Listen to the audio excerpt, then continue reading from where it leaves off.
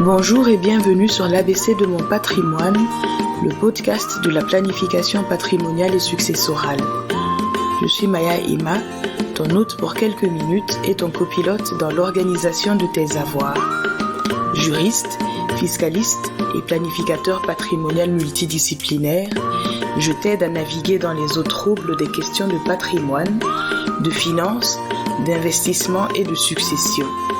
Tu souhaites nourrir ta réflexion globale, modeler ta vision financière et patrimoniale et te projeter dans l'avenir de façon plus cohérente et sereine, alors tu es au bon endroit. Car tout commence par une idée, mais rien ne s'accomplit sans plan. Alors planifions ensemble.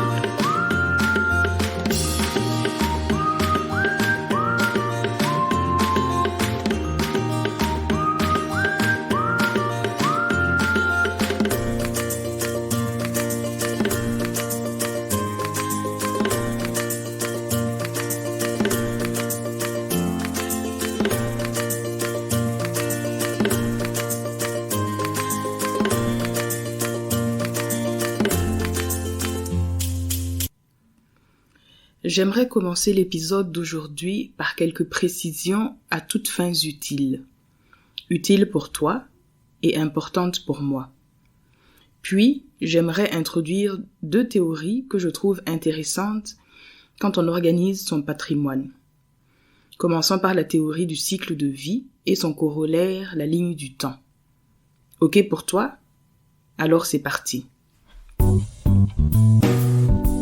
Disclaimer. Ce podcast est réalisé avec beaucoup d'attention, de soin, de passion et d'amour. Juste pour toi. Je fournis des efforts importants pour m'assurer que le contenu est exact et conforme aux normes acceptées au jour de la publication. Toutefois, je trouve utile de te préciser les 5 points suivants. Point 1.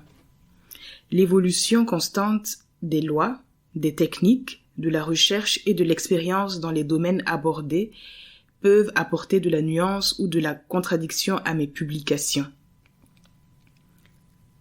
Point 2. Aussi, étant humaine, l'éventualité de l'une ou l'autre erreur dans la préparation de mes contenus ne peut pas être totalement exclue.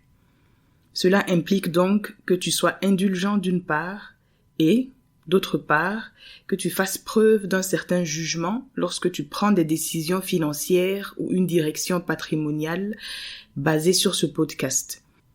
Il peut d'ailleurs être utile que tu consultes et compares des informations provenant de sources différentes.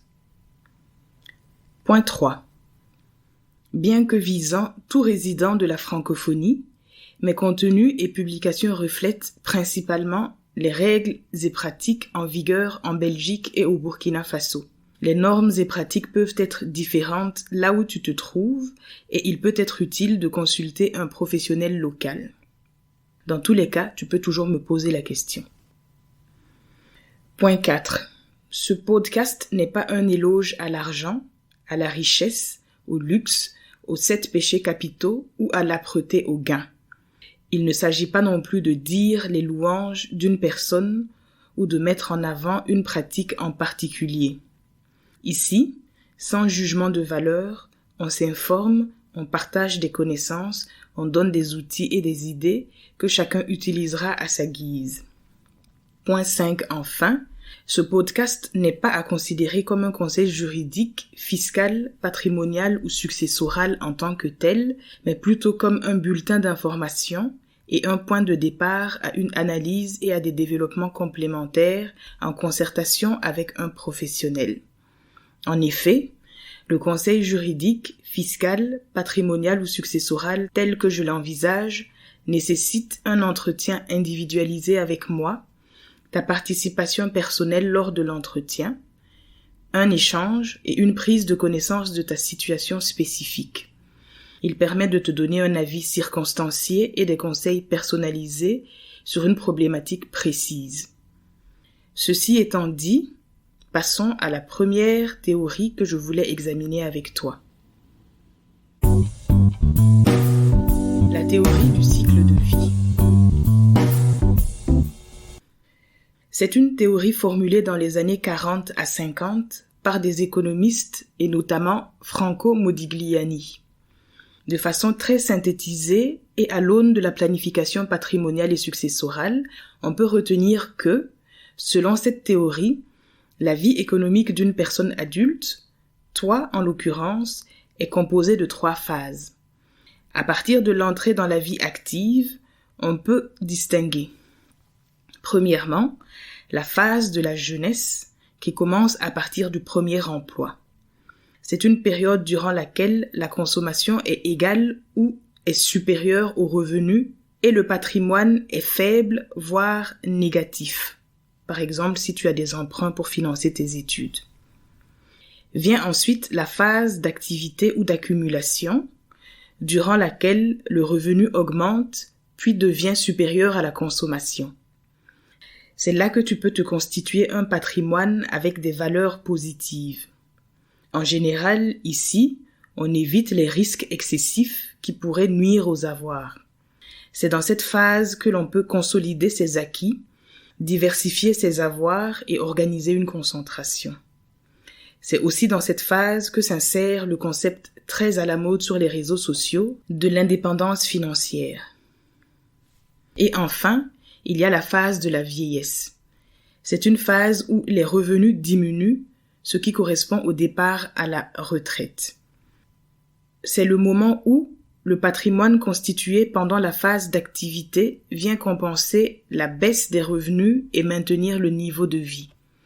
C'est aussi le moment où il est nécessaire d'organiser la transmission des actifs patrimoniaux à ses proches, par exemple ses enfants, conjoints, amis, associations, etc., et de régler ses dettes. On met donc en place la planification successorale à ce niveau. Cette théorie a des limites et des critiques, évidemment. Par exemple, de nos jours, il y a de plus en plus de gens qui ne connaissent pas de période d'accumulation tellement leur revenu est faible. Et avec les crises financières et économiques qui se succèdent, il y a de moins en moins de personnes qui expérimentent la linéarité que décrit la théorie du cycle de vie. Mais en matière de planification patrimoniale et successorale, je trouve quand même intéressant de la prendre en compte, ne serait-ce que pour se situer et organiser sa ligne du temps. La ligne du temps. La ligne du temps permet de liquider la théorie du cycle de vie. Quand je dis liquider, je parle du sens juridique du terme, c'est-à-dire déterminer un montant, estimer un coût. En effet, on peut prévoir avec plus ou moins de précision qu'à un moment donné au cours de ton cycle de vie, il va advenir certains événements. Oui, bon, dit comme ça, c'est une lapalissade. Ok. Mais reste concentré, ce n'est pas si banal que ça. Au cours de ta vie, il y a de grandes chances que, entre autres, tu achètes un moyen de locomotion, une voiture, une moto, que tu te maries, que tu acquiers un logement, que tu aies un enfant, qu'un jour tu décides de changer de moyen de locomotion, que tu décides d'avoir un autre enfant, de changer de travail, de créer une entreprise ou de te lancer dans une nouvelle activité. Il y a des chances aussi que tu paies des frais de scolarité, que tu aides des proches financièrement ou des associations, que tu fasses des voyages, que tu entreprennes des formations ou des spécialisations, que tu sois malade, que tu partes à la retraite, que tu fasses des travaux de réparation, etc. Eh bien, l'avènement de chacun de ces événements est prévisible ou, à tout le moins, envisageable. Par exemple, tu peux savoir déjà aujourd'hui la date exacte à laquelle tu prendras ta retraite. L'administration en charge de ces questions peut te fournir la réponse si tu l'interroges. Et tous ces événements prévisibles ont un coût qui sont donc quantifiables.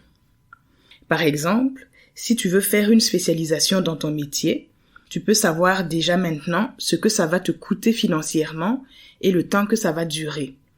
Pareillement pour les enfants. Il existe en effet des études qui permettent de savoir ce qu'il nous coûte de la naissance à la majorité et même année après année. La ligne du temps permet d'insérer ces événements prévisibles dans ton cycle de vie, de prévoir leurs coûts, de t'organiser au mieux et d'aménager une réserve pour les événements imprévisibles. Savoir, c'est prévoir et prévoir, c'est pouvoir. Tout cela participe à la gestion de ton patrimoine. En effet, pour maintenir le niveau et la qualité de vie que tu souhaites, surtout quand tu seras à la retraite, il faut un minimum de préparation et d'anticipation, notamment des événements ci-dessus. Idéalement, il faut s'y prendre dès le premier emploi. Comme j'aime le rappeler, mieux vaut agir 20 ans trop tôt qu'1 heure trop tard. Alors, commence aujourd'hui sans attendre. Je t'illustrerai mieux cela lors d'une conférence ou une formation si ça t'intéresse. En attendant, tu peux déjà tracer ta ligne du temps dans ton carnet spécial ABC de mon patrimoine. Concernant la seconde théorie dont je voulais te parler, je garde le suspense et t'invite à écouter l'épisode du mercredi prochain.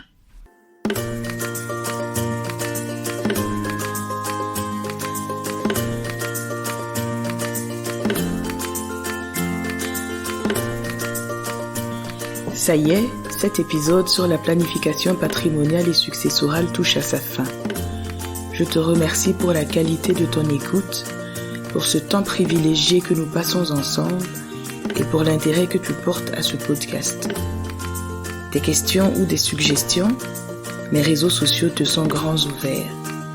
Besoin d'un conseil plus spécifique?